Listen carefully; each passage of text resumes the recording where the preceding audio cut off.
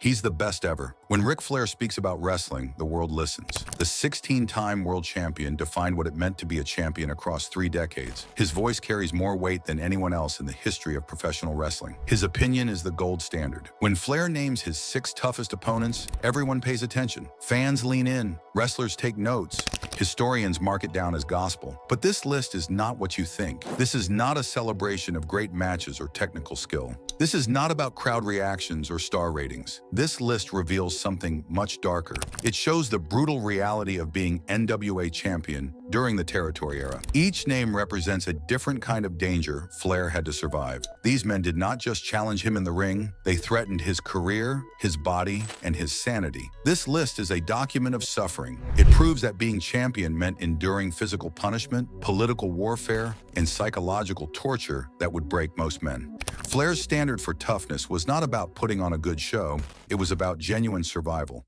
It was about waking up the next morning and doing it all over again. Flair named Harley Race as the toughest wrestler he ever faced. Not Ricky Steamboat, not Dusty Rhodes, Harley Race. This choice tells you everything. Steamboat gave Flair his best matches. Those contests were athletic masterpieces that fans still watch today, but Race was different. Race represented something more dangerous than a difficult opponent. He was the standard bearer for the old NWA system. Race spoke and wrestled with importance and emphasis. Every word he said mattered. Every move he made carried weight. He was genuinely stiff in the ring. His style was rooted in legitimate toughness. Race came from the shooter tradition where wrestling was not fully choreographed. Working with Race was not about choreography or cooperation. It was about proving you could take real punishment. Flair had to survive Race to earn respect from the veteran locker room. The older wrestlers watched closely. They had seen champions come and go. They needed to know if Flair could fill the boots of a genuine tough guy. This was institutional toughness. Flair was not just fighting a man. He was fighting to legitimize his position in wrestling history. He was proving he deserved to carry the most important championship in the world. The burden Race placed on Flair went far beyond physical pain. Before Starrcade 1983, Race held the NWA Championship. This event was designed to launch Flair's second defining run as champion. The Greensboro Coliseum was packed with thousands of screaming fans. The show represented an early step in wrestling's use of closed-circuit television across multiple states. This was revolutionary technology for the time. Everything was building toward Flair's coronation. The entire year had been about Flair chasing Race. Every interview built the tension. Every match added to the story. Then disaster almost struck. Vince McMahon and the World Wrestling Federation tried to steal Race away. They offered him serious money to jump ship. The WWF was expanding aggressively. They wanted to destroy the NWA. Taking Race would have been a killing blow. If Race had accepted, the NWA would have lost its champion right before Starrcade. The entire year-long build-up would have been destroyed. All those interviews would mean nothing. All those matches would be forgotten. Starrcade 83 would have become a trivial footnote. Flair's career-defining moment would have been erased before it even happened. Race had the power to destroy everything, but he refused the WWF offer. Race said he had too much respect for himself, for Flair, and for the wrestling business. His decision was an act of profound institutional integrity. Race valued the tradition of the NWA Championship more than money. He valued the promises he had made more than personal gain. Race protected the structure that made Flair's success possible. This created a unique form of toughness for Flair. He had to trust that Race would save the company. The fate of the entire NWA rested on Race's character. Flair's burden was not just winning the match, it was surviving the political danger that Race's loyalty had neutralized. Imagine being Flair in that position. Imagine knowing that your entire career could be destroyed by one man's decision. Imagine having to trust that your opponent cared enough about the business to turn down a fortune. That is institutional toughness. That is the burden of being NWA champion. Flair had to defeat Race in the ring, but first he had to rely on Race to protect wrestling itself. This dual challenge made Race the toughest opponent Flair ever faced. The physical difficulty was immense, but the political and institutional pressure was even worse. Subscribe now and drop a comment. Which type of toughness do you think was most dangerous for Flair to face? Was it institutional, volatile, psychological, or something else? Let us know what you think. Now back to the story. Bruiser Brody represented a completely different nightmare. If Race was calculated toughness, Brody was chaotic danger. Flair called Brody one of the greatest of all time and a man among men. Those words carry weight. Flair did not give compliments lightly, but Brody's greatness came with a terrifying cost. He was legendarily unpredictable. Brody had no interest in following a script. Other wrestlers would agree to the finish beforehand. They would plan the big spots. They would coordinate their moves. Not Brody. He could go off plan without any warning. He might decide the match should go differently. He might refuse to lose. He might escalate the violence beyond what was agreed upon. For Flair, this was the ultimate test. Flair was a master at controlling the flow of a match. He called spots in the ring. He guided his opponents through the story. He made sure everything looked good for the crowd while keeping everyone safe. But Brody took that control away. When Flair faced Brody for the NWA World Heavyweight title in a 2 out of 3 falls match at the Checker Dome in St. Louis in February 1983, Flair entered a survival scenario. He could not rely on Brody to cooperate. Brody might decide to escalate the violence at any moment. He might refuse to do the planned finish. Flair had to be ready for anything. This volatile toughness was exhausting. Flair had to maintain championship credibility while keeping himself safe against a man who played by his own rules. Think about what that means. Flair had to make Brody look strong so the fans would believe in the match, but he also had to protect himself from genuine injury. He had to guide the match to the agreed-upon finish without letting Brody know he was being guided. This required constant mental vigilance. Flair could never relax. He could never assume Brody would do what they discussed. Every moment in the ring was a negotiation. Every exchange was a test. Brody was feeling out whether Flair was tough enough to handle him. If Flair showed weakness, Brody might take advantage. If Flair pushed too hard, Brody might push back even harder. The mental chess game was as exhausting as the physical punishment. Brody's offense was deliberately punishing. He did not just work stiff. He targeted specific weaknesses to break Flair down. During their matches, Brody would dig his boot underneath Flair's jaw. He aimed for Flair's windpipe. This was not standard wrestling offense. This was not a normal boot to the face. Brody was trying to crush Flair's throat. The goal was calculated to cause genuine discomfort. The pressure on the windpipe left Flair gasping for air. It made breathing difficult. It created real panic.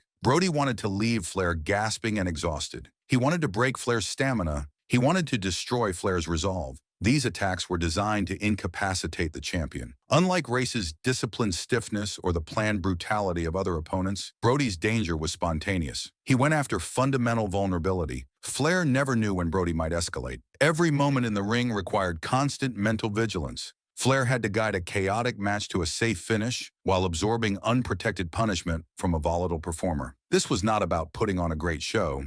It was about surviving genuine physical risk. Brody defined what it meant to face uncontrolled danger in the territory system. He forced Flair to be tough enough to protect himself while still doing his job as champion. Other wrestlers could have refused to work with Brody. Some did, but Flair was the world champion. He had to defend the title against whoever the promoters wanted. He had to go into hostile territory and work with unpredictable performers who might not respect the championship. This was the burden of being NWA champion. You did not get to choose safe opponents. You had to face everyone. And when you faced someone like Brody, you had to be tough enough to survive while making it look like championship caliber competition. That is volatile toughness at its most extreme. Terry Funk brought a different kind of horror to Flair's life. The 1989 feud was a profound departure from everything the NWA represented. The National Wrestling Alliance was built on tradition. It valued technical wrestling. It respected the old ways of doing things. Funk shattered all of that. He did not challenge Flair's technical skill.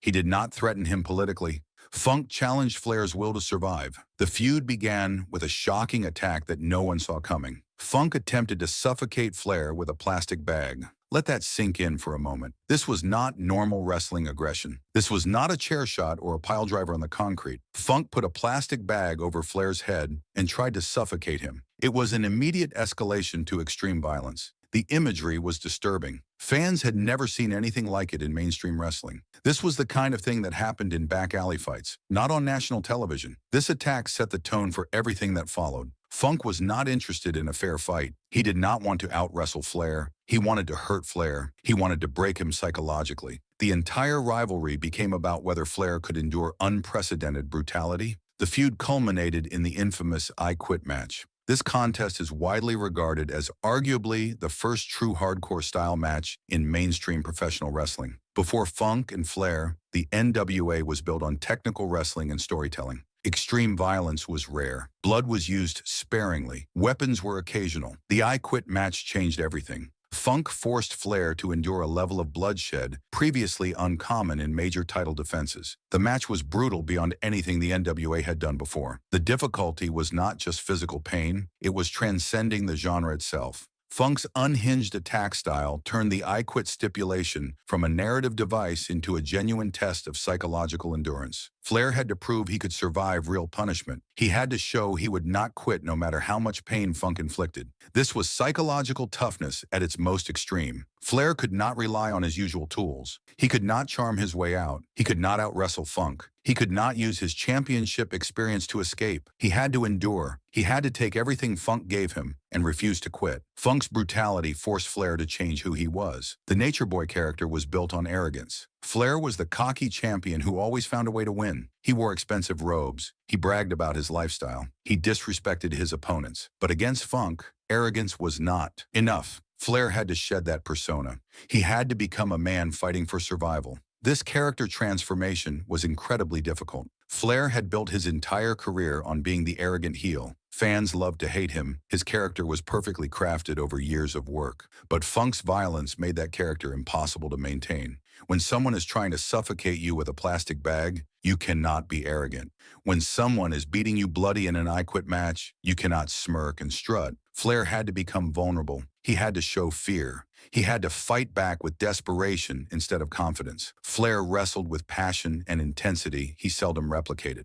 The violence Funk imposed became the engine for Flair's defining face turn. For the first time in years, Flair was not the villain. He was the sympathetic victim. Fans saw him suffer. They watched him get attacked. They saw him bleed. They watched him refuse to quit. Funk's attacks made Flair a heroic figure. Fans who had spent years hating Flair suddenly cheered for him. They wanted him to survive. They wanted him to get revenge. This required a unique form of competitive toughness. Flair had to absorb genuine pain and translate that suffering into emotional connection. He had to prove he was tough enough to be beloved. The greatest test for any villain is becoming a credible hero without losing their core identity. Funk's extreme intensity made that possible, but it came at a massive cost. Flair had to endure physical and psychological punishment that fundamentally changed his career trajectory. He had to let Funk destroy the Nature Boy character so he could rebuild it as something fans could support. This was not just about taking bumps. This was about surrendering the persona he had spent his entire career creating.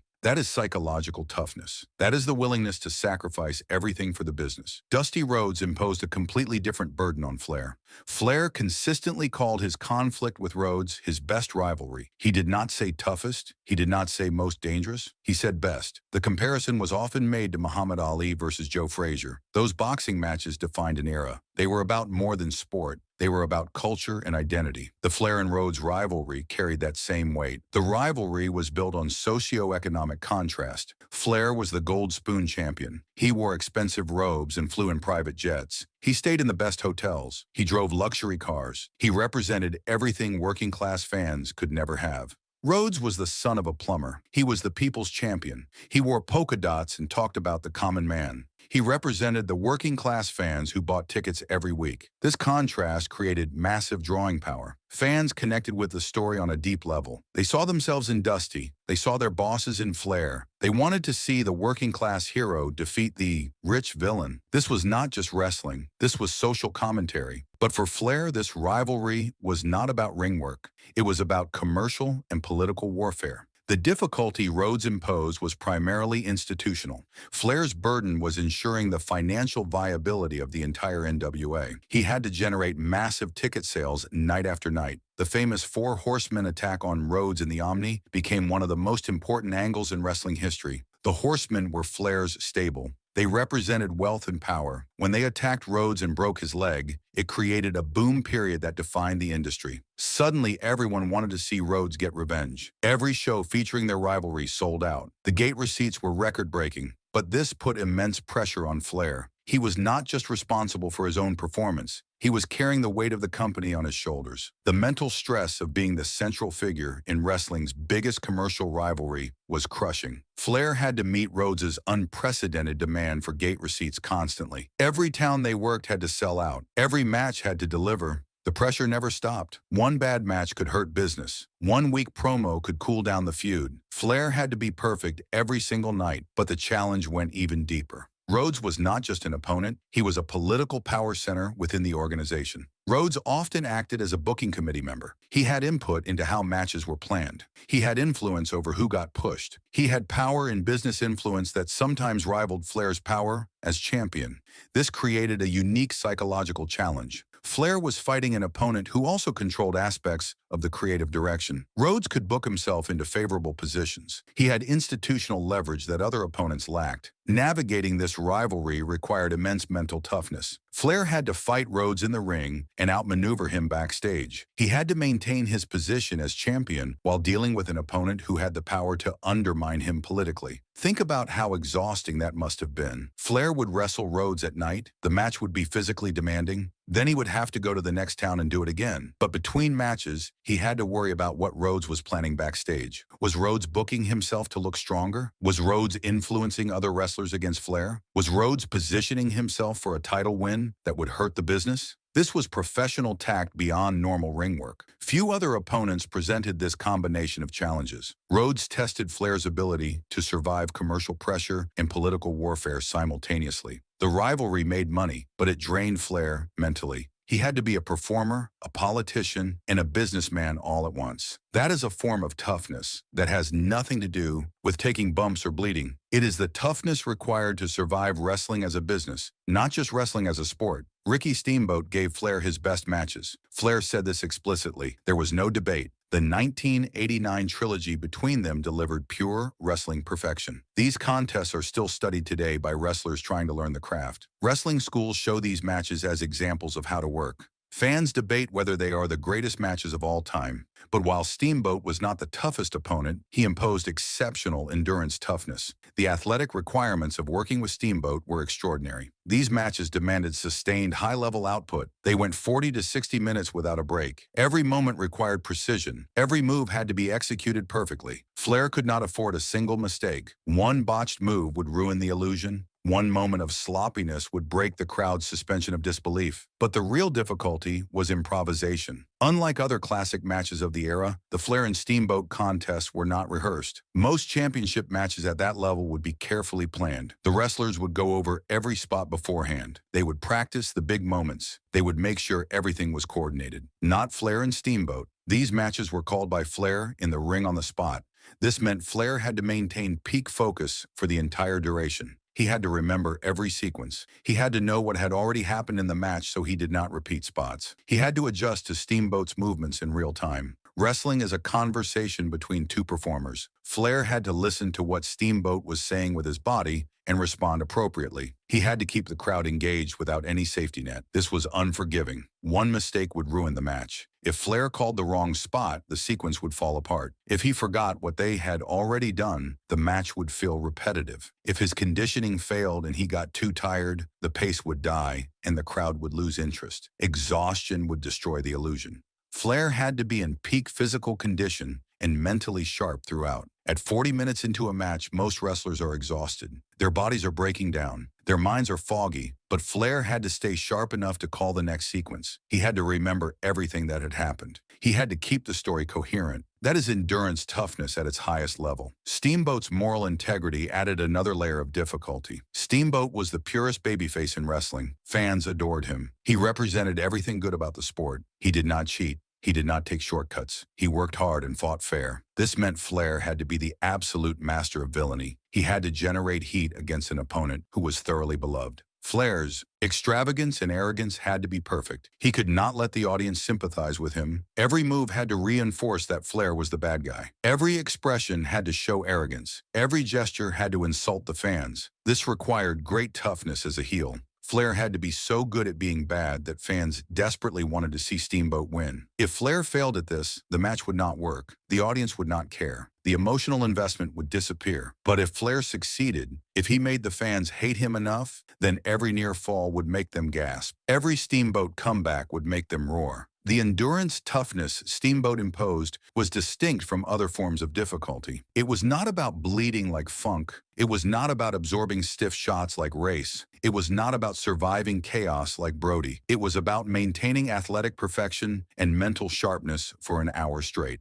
Steamboat tested Flair's physical prime to the absolute limit. The demand was for flawless execution without rest. This form of toughness proved that Flair was not just tough enough to survive danger, he was tough enough to be perfect. The sixth name on the list completes the picture. Big Van Vader represents the toughest pure physical mismatch Flair faced during his later championship runs. Vader's style was defined by legitimate brutal stiffness. He was massive. His offense was overwhelming. Everything Vader did looked and felt real because it was real. Flair had to survive against debilitating force that dwarfed him physically. Vader outweighed Flair by 100 pounds or more. When Vader hit you, you felt it. When Vader threw you, you flew. When Vader landed on you, you could not breathe. Vader's extreme physical asymmetry meant Flair was always at a disadvantage. Every move Vader hit carried genuine impact. Flair absorbed injuries during their matches, broken ribs, concussions, bruises that lasted for weeks. This was not about unpredictability like Brody or psychological warfare like Funk. Vader was pure destructive power. He represented the continuing need for Flair to overcome overwhelming physical punishment even as he aged. Flair was not a young man anymore when he faced Vader.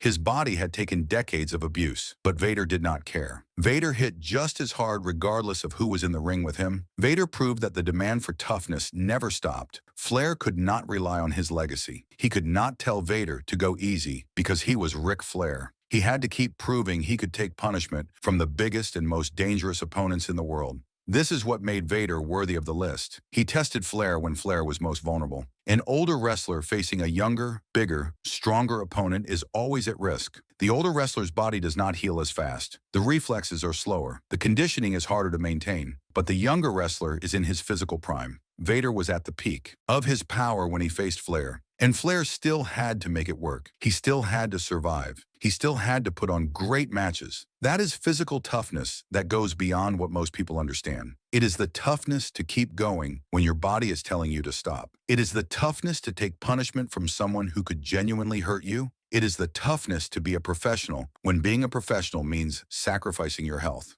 These 6 names represent every form of adversity inherent in professional wrestling during its most demanding era. Harley Race imposed institutional and physical toughness. He forced Flair to prove he deserved the championship and protected the NWA structure through his integrity. Without Race's decision to turn down the WWF, Flair's career would have been destroyed before it truly began. Race made Flair earn respect through genuine physical punishment and political trust. Bruiser Brody imposed volatile toughness. He was uncontrolled danger that forced Flair into genuine survival scenarios. Every match with Brody was a risk. Flair never knew if Brody would cooperate or go into business for himself. The mental exhaustion of maintaining control while appearing to lose control was draining. Terry Funk imposed psychological toughness. His extreme brutality forced Flair to endure unprecedented violence and change his character. Funk's plastic bag attack and I Quit match redefined what violence meant in wrestling. Flair had to surrender the Nature Boy persona to survive Funk's assault.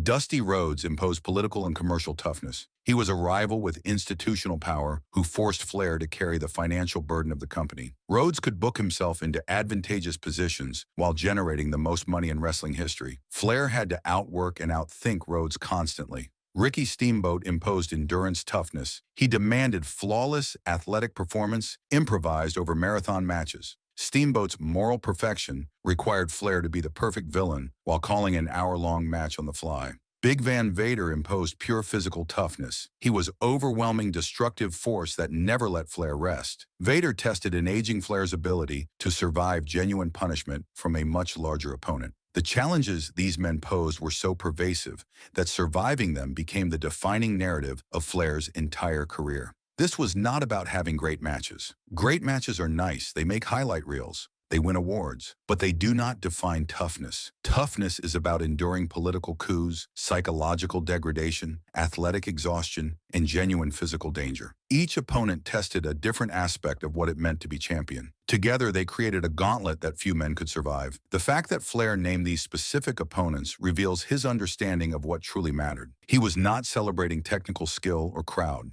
reactions. He was acknowledging the men who made him suffer, the men who forced him to prove he was tough enough to carry the weight of the championship, the men who could have ended his career if he had been weaker. These were not dance partners. These were threats that had to be neutralized through toughness alone. Even decades later, the NWA-era benchmark for competitive difficulty remains the standard. A 2003 match between Triple H and Flair consciously attempted to recreate the environment of 1983 Greensboro for Starrcade when Flair was NWA champion. Triple H kept telling Flair to think back to that era. He wanted to capture the intensity and pressure of that time. This deliberate effort to invoke the historical setting confirms that the standard of physical, competitive, and psychological pressure set by Flair's greatest rivals is viewed as the pinnacle of professional wrestling difficulty. Modern wrestlers still look back to that era. They still measure themselves against the toughness those matches required. They understand that being NWA champion in the territory era was harder than anything that exists today. Champions today do not defend the title multiple times per week in different cities. They do not face opponents with the political power to destroy them backstage. They do not work with volatile performers who might refuse to cooperate. The modern wrestling business is safer and more controlled.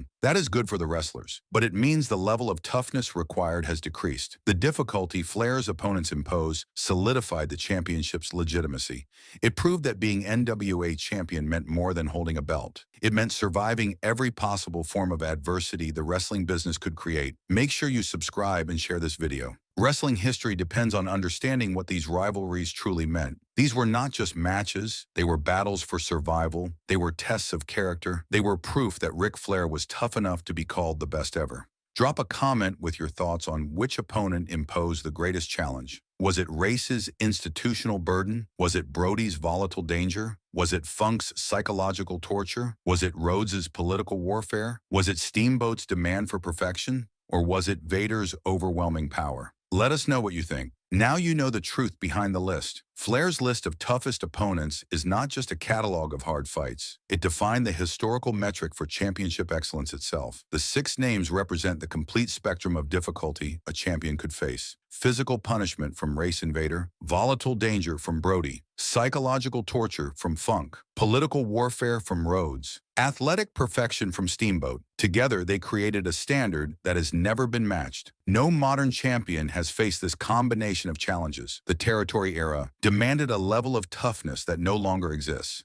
Champions today do not face opponents with the institutional power of Rhodes. They do not work with the unpredictable danger of Brody. They do not endure the extreme violence Funk pioneered. The challenges Flair survived were unique to his time and his position. They made him the greatest champion in wrestling history, not because he had the best matches, but because he survived the most brutal gauntlet ever created. This list is a monument to suffering. It proves that being the best meant enduring more pain, more pressure, and more danger than anyone else. Every name on this list represents a different way wrestling tried to break Ric Flair. Every opponent tested whether Flair deserved to be champion. And every time, Flair proved he was tough enough. He proved he could take the punishment. He proved he could navigate the politics. He proved he could endure the psychological warfare. He proved he could maintain perfection under pressure. He proved he could survive overwhelming power. That is what makes this list so important. It is not about who gave Flair his best matches. It is about who tried hardest to destroy him and failed. Ric Flair's career was defined by his ability to survive when survival seemed impossible. That is what makes him the best ever.